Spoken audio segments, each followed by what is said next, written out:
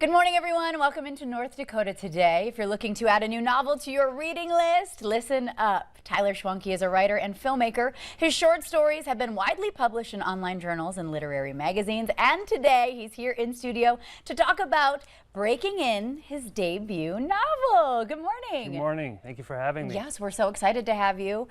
First of all, before we jump into the nitty-gritty of the novel, just tell us about yourself and your journey to become an author. Yeah, absolutely. So my background's in filmmaking. I'm a graduate of the film program here at Minnesota State University Moorhead. Woo! The Dragons, right? Dragons. Go yep, Dragons. Yep. So made short stories there, short films there. Yeah. My first film festival was the Fargo Film Festival. And from there I went to Minneapolis, that's where I live, and started looking for production work. And after a summer of basically working for free lunch and credit, not making any money, right? It's really hard to break into that. I got what we call like a day job, to kind of offset so I could move out of my parents' basement. But I was missing that creative outlet.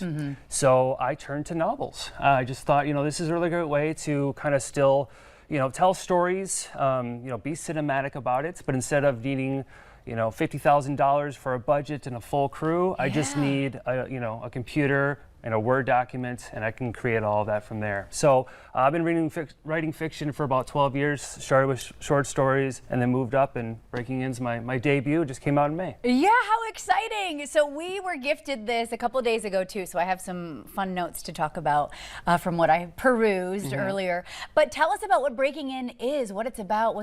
Can you tell us the plot? I can, yeah, absolutely. So Breaking In, for me, it's really a love letter to those with a dream, and then also heist movies. So I love heist movies. I think just the general concept and all the different forms is so much fun.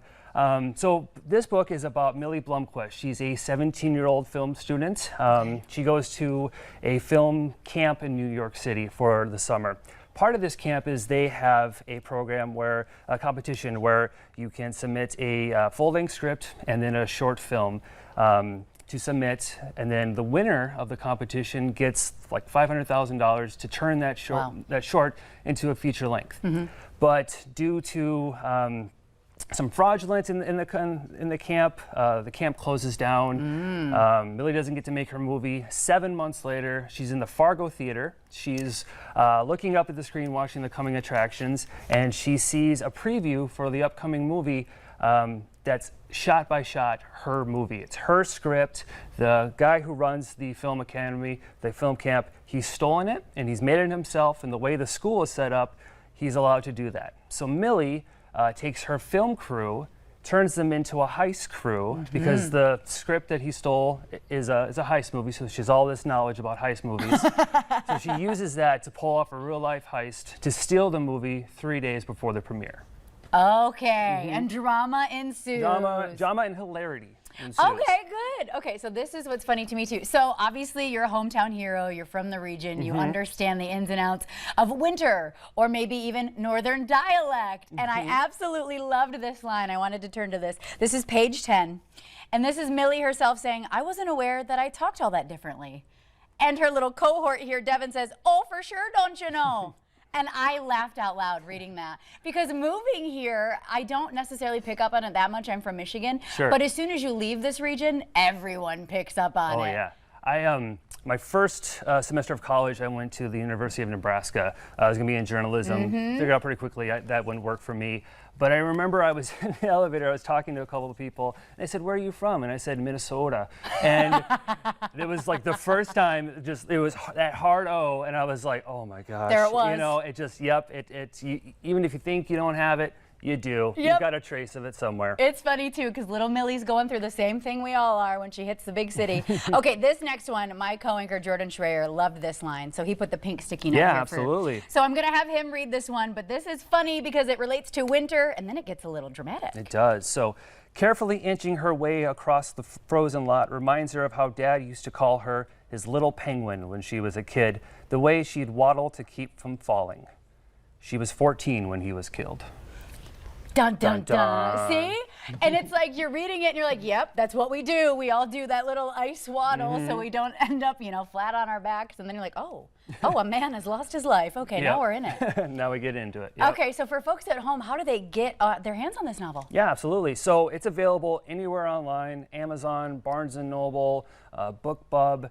I had an event last Saturday at the Barnes & Noble here in Fargo. So fun fact, I used to work there back in my college days. I won't say how long ago that was to age me, but I used to work in the coffee shop. So it was really cool being able to go back there as an author and be able to sign books and kind of return to that. So there are still some copies there that are signed. Okay. And then like I said, from there you can get it wherever books are sold. How wonderful! It's a nice little full circle moment. I love that, especially when we talk about, starting out the starving artist stereotype. Sometimes that's kind of true, and you really got to get those day jobs to try to make ends meet. Yep, so congratulations! Absolutely. Well, thank you so much, and thank you for for having me.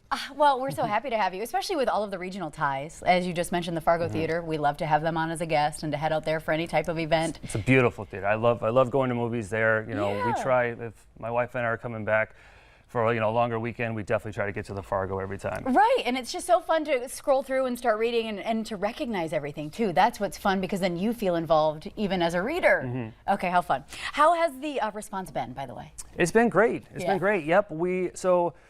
This was on a Crime Reads, which is a crime website for authors. It was one of the 12 most anticipated YA books of 2023. Wow. Congrats. Thank you. Yep. It was the Toronto Star named it one of their best summer beach reads. And so the reviews online have been great. I think that's the best part for me is, it's great, hearing from critics and that kind of stuff, but just the readers and their response.